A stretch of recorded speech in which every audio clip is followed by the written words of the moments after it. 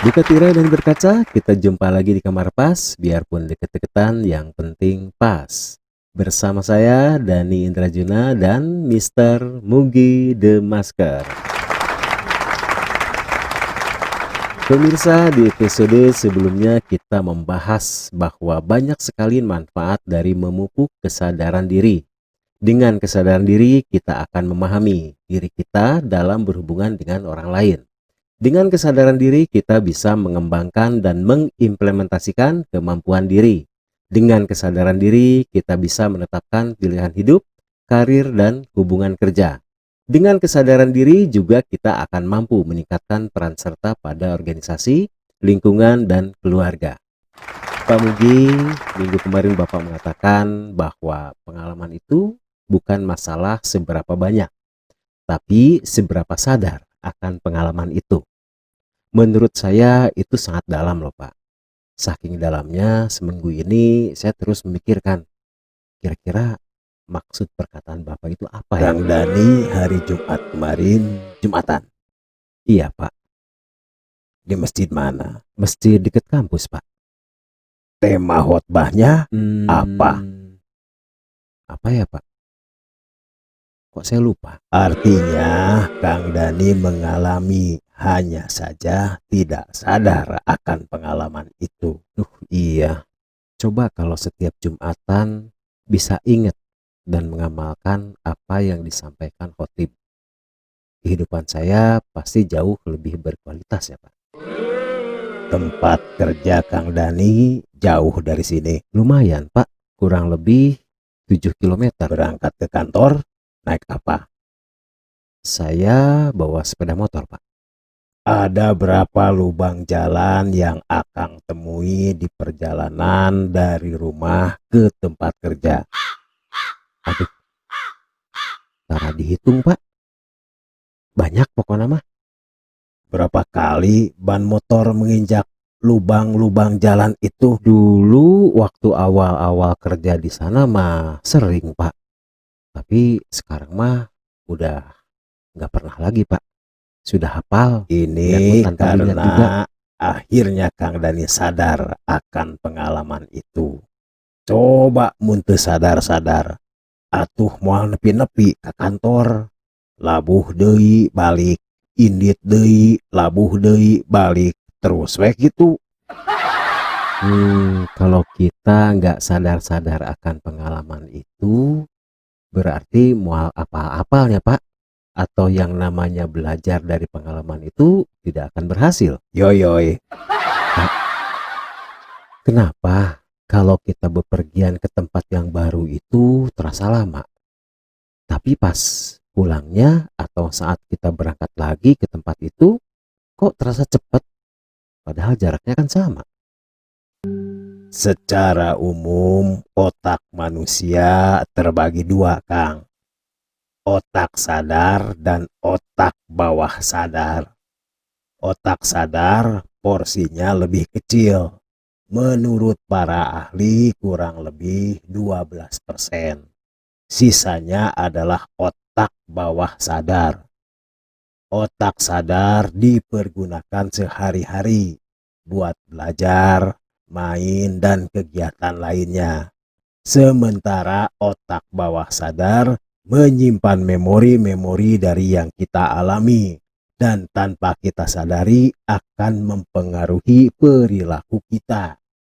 Nah, terkait dengan pertanyaan barusan, melakukan sesuatu untuk pertama kali terasa lama karena yang bekerja adalah otak sadar. Mengingat jalan, suasananya, kondisinya, dan sebagainya. Setelah terekam dan masuk ke bawah sadar mah, otak sadar kerjanya nggak keras lagi karena sudah ada peran dari otak bawah sadar. Sama seperti kalau kita berlatih. Kita ngapalin dulu beberapa kali sampai betul-betul hafal hingga hasil latihan itu akan diaplikasikan dengan mudah saat kita membutuhkannya. Mungkin ini yang dimaksud dari istilah hafal di luar kepala. Kita bisa bertindak tanpa harus keras berpikir. Tapi sekali lagi Kang, Kita harus sadar sama pengalaman itu. Mun teu sadar mah percuma. Beribu kali pun kita latihan, dah pasti nggak bakalan nempel di otak kita. Semua orang akan menjadi tua, tapi tidak semua orang akan kaya dengan pengalaman. Itu. Siga Pak Mario Teguh wae. Dulu suka banget nonton The Golden Ways. Apa kabar Bapak Mario Teguh? Iya, saya juga kangen. Mudah-mudahan Pak Mario Pak Mugi, nonton juga di acara ini ya. episode sebelumnya Bapak menyampaikan kalau pembelajaran itu tidak harus dari pengalaman pribadi ya Pak?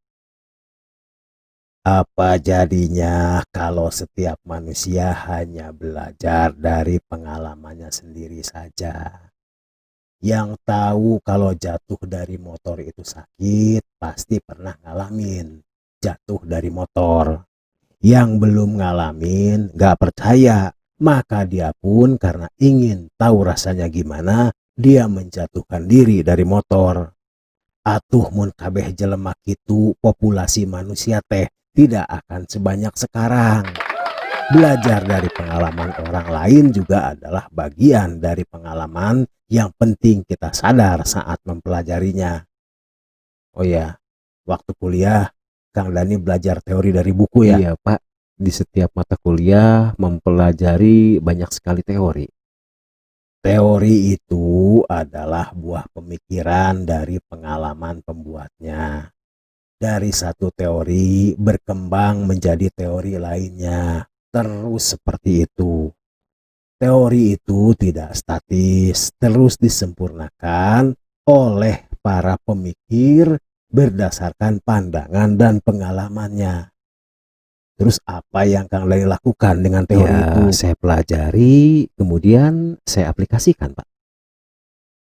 Tidak harus membangun teori sendiri untuk menguasai sebuah ilmu. Artinya, kita belajar dari pengalaman orang lain melalui teori-teori yang diciptakannya. Berarti sumber pengalaman itu luas sekali ya Pak. Baik itu bersumber dari diri sendiri dan juga dari orang lain. Bahkan tidak cukup sampai di situ. Lingkungan, alam juga bisa dijadikan sumber belajar. Untuk sampai berada pada level kehidupan saat ini, setiap manusia sudah melewati berbagai fase pengalaman. Tidak usah menyesali betapapun pahitnya pengalaman-pengalaman yang pernah kita lewati, karena pengalaman itu adalah pembelajaran yang membentuk kita pada saat ini. Kita saat ini adalah buah dari pengalaman masa lalu, dan masa depan kita ditentukan oleh apa yang kita lakukan saat ini. Bagaimana halnya dengan pengalaman pahit yang sering menghantui seseorang Pak? Kan ada juga yang gagal move on karena dihantui pengalaman pahit. Rubahlah strukturnya, Kang. Selalu mengambil hikmah atau sisi positif dari sebuah pengalaman. Kehidupan ini kan pembelajaran. Jika kita mengalami sesuatu yang pahit, berarti kita dipilih Tuhan untuk melalui pembelajaran itu. Efeknya tidak akan terasa pada saat itu. Tapi jika kita berhasil mengambil hikmah atau pembelajaran, tentunya kita bisa mendapatkan manfaat dari pengalaman itu. Pada akhirnya justru kita akan berterima kasih karena pernah melalui fase-fase itu. Merubah struktur pengalaman berarti melihat sisi positif dari suatu pengalaman. Ini berarti merubah cara pandang ya Pak ya. Tapi kebanyakan manusia itu selalu berharap mengalami hal-hal yang indah saja dan menolak untuk mengalami hal-hal yang pahit. Artinya manusia itu sudah berhasil belajar dari pengalaman orang lain. Dari mana dia tahu hal-hal yang indah kalau dia tidak pernah tahu hal yang pahit itu seperti apa? Pak Mugi, kalau aplikasi pengalaman dalam urusan percintaan Apa? bagaimana Pak? Cinta? Tertarik tuh nggak tuh Pak? Asa nurek beger deui atuh. saya cerita yang umum saja ya. Kalau yang khusus mah bisa dipraktekin sama Kang Dani. Proses bagaimana seseorang yang menjadi kuat setelah mengalami kisah cinta yang memilukan. Pertama kali mau menyatakan cinta itu susahnya minta ampun. Malu, takut, dan perasaan lainnya nyampur jadi satu. Ini aneh, kenapa ngobrol sama orang lain biasa saja, tapi ngobrol sama yang ditaksir bisa menjadi luar biasa. Dengan susah payah, akhirnya bisa ngungkapin rasa suka. Syukurlah diterima. Kalau ditolak, gak tahu ceritanya seperti apa. Masuklah ke fase pacaran. Fase di mana kita akan saling mengenal lebih dekat dengan seseorang. Tapi kebanyakan beda ya. Setelah pacaran justru malah menjadi pribadi yang berbeda. Pribadi yang berusaha terlihat sempurna di matanya. Kemudian karena berbagai alasan putus. Kabayang pan, gimana rasanya putus cinta untuk pertama kalinya. Dunia terasa gelap, poek pokoknya mah. Seolah hari esok itu tertutup buat kita. Kadang muncul keinginan untuk bunuh diri. Untungnya gak dilakukan. Seiring berjalannya waktu mencoba membina hubungan dengan wanita lain. Diputusin lagi. Rasanya sakit banget. Tapi tanpa keinginan untuk bunuh diri. Pacaran lagi, diputusin lagi. Sakit sih, tapi mau gimana lagi. Pacaran lagi, diputusin lagi. Kali ini udah gak sakit lagi. Malah nyanyi lagu ST12. Cari pacar lagi. Itu celah. Tanpa kita sadari, proses-proses yang dilewati tadi membentuk kita jadi lebih kuat. Belajar dari pengalaman-pengalaman yang terus menyempurnakan kita. Makanya mantan itu jangan dibenci. Tapi berterima kasihlah kepada para mantan. Halo mantan. Mantan, ini juga bagian dari pengalaman. Tanpa sadar kita belajar dari para mantan kita. Bagi yang tidak pernah punya mantan, belajarlah. Ini orang nggak belajar dari pengalaman. Dengan itu orang Mas Acil sudah lewat. mantan. Mas Acil Pemirsa. udah lewat. Udah dulu ya pemirsa. Tua dapat tutup tirai pareman.